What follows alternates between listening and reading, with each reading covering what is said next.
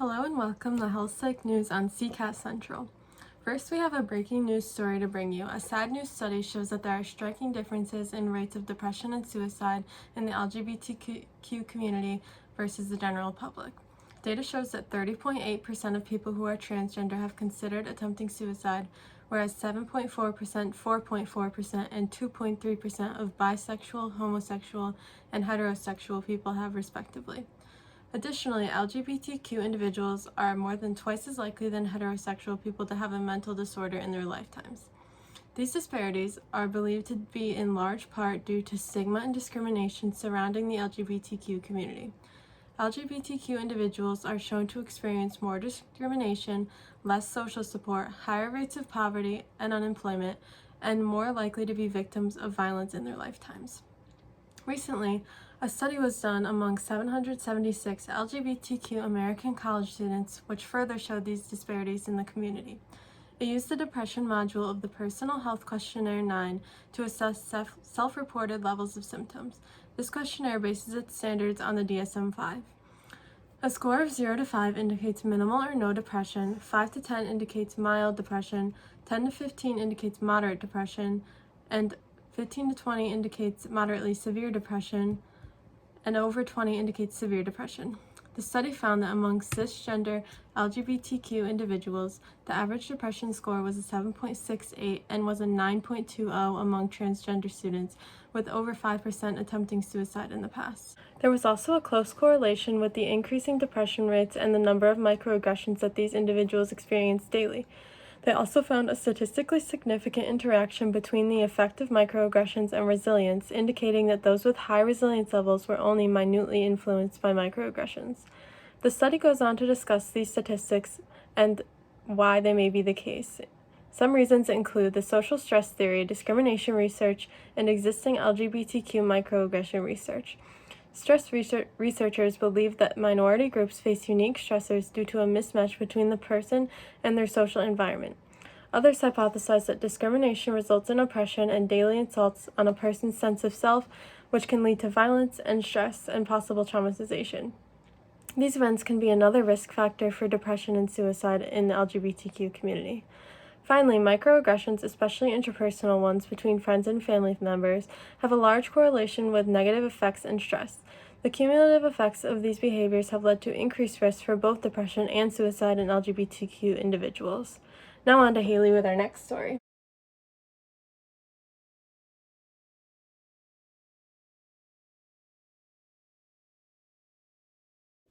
A study was performed by Andrea Kanuku and colleagues in the Department of Psychology at East Tennessee State University in order to answer the following question. Are anxiety and depression to blame for the suicide risk among the LGBTQ population? The study involved 496 individuals and contained 5 measures: perceived stigma, depressive symptoms, anxiety symptoms, suicide-related behaviors, and connectedness to the LGBTQ community. All of these risk factors are positively associated with suicidal behavior, and the individuals were assessed through self-report questionnaires and surveys. LGBTQ individuals are at an increased risk for depression and anxiety. LGBTQ individuals also report depressive symptoms at a rate 15 times higher than that of the general population. 53.9% of transgender individuals and 33.4% of LGB individuals report clinically significant levels of depressive symptoms, according to Dejan and colleagues in 2016. In addition, gay men are at a 4.7 times increased risk for panic disorder, and lesbian and bisexual women meet diagnostic criteria for generalized anxiety disorder at a rate 3 times that of heterosexual women, according to Cochrane, Sullivan, and Mays in 2003. This does not mean that the LGBTQ community is inherently more likely to develop these negative mental outcomes. There's just an elevated risk for suicidal behavior and other comorbid symptoms. In the end, this study found that perceived stigma related to minority sexual orientation contributes to risk for symptoms of psychopathology and ultimately to suicidal behavior. In addition, connectedness to the LGBTQ community may buffer risk for symptoms of anxiety and depression and consequent suicidal behavior. Lastly, the study states that therapeutically addressing perceived stigma and symptoms of psychopathology, as well as bolstering connectedness to the LGBTQ community, may decrease risk for suicide.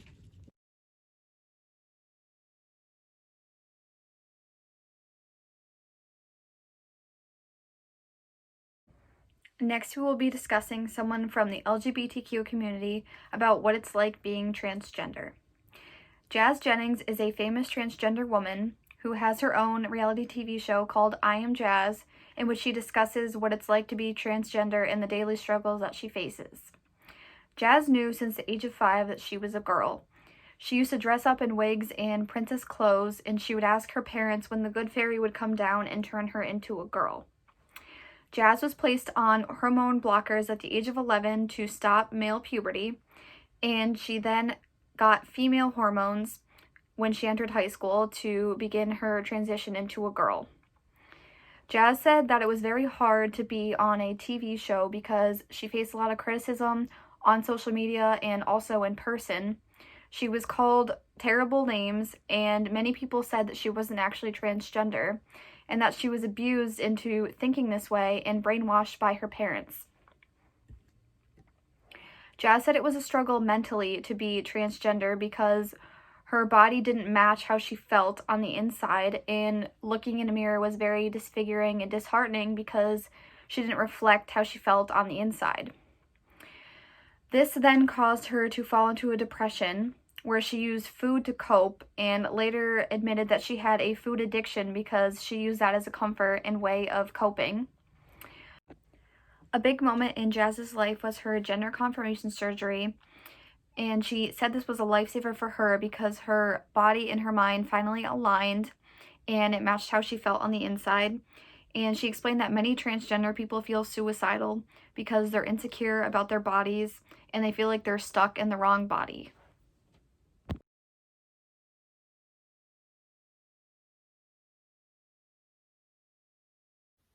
Welcome back to Health Psych News on CCAT Central. In addition to our breaking news story, it is important to discuss coping methods of those struggling in the LGBTQ community and what methods may be beneficial to help.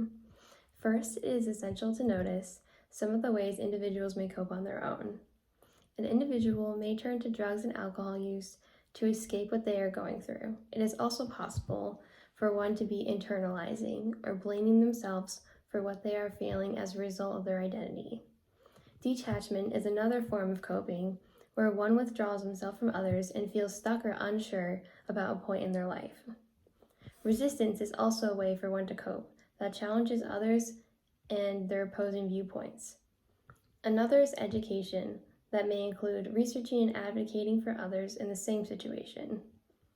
While there are many different coping mechanisms, a recent study found that although maladaptive coping mechanisms provide temporary relief, such as substance use, denial, or self-blame, they are considered ineffective because they do not reduce stress and might even increase the stressor.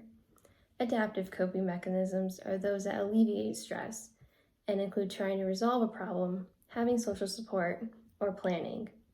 Scholars have suggested in the recent study that internalizing, drug and alcohol use, and detachment are maladaptive forms, while resistance and education are adaptive, but results showed that all forms of coping except drug and alcohol use actually cause more psychological distress in this situation than others.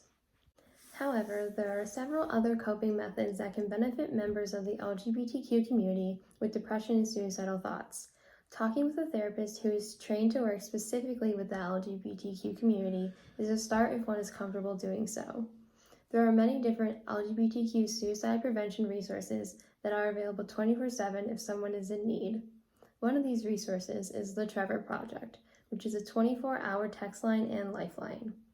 There are hotlines geared towards specific members of the LGBTQ community, such as the Trans Lifeline, whose description reads, "Support for transgender people by transgender people." Social support is important, and finding that support by even one person is an essential element when struggling. Having social support by friends, family, or others can make a huge difference in someone struggling, as they can have someone to go to and trust. It is also essential to find that peer support, as many people in the LGBTQ community, especially in the age of schools, crave that support and want someone to go to. Depending on the age of the individual struggling, many schools have LGBTQ clubs where they can meet with other members of the community and know they are not alone. This is in a way to encourage LGBTQ community connectedness, which in another recent study showed to relate to positive psychological well-being. Next up on CCAT Central is our story of how you can help with Janae.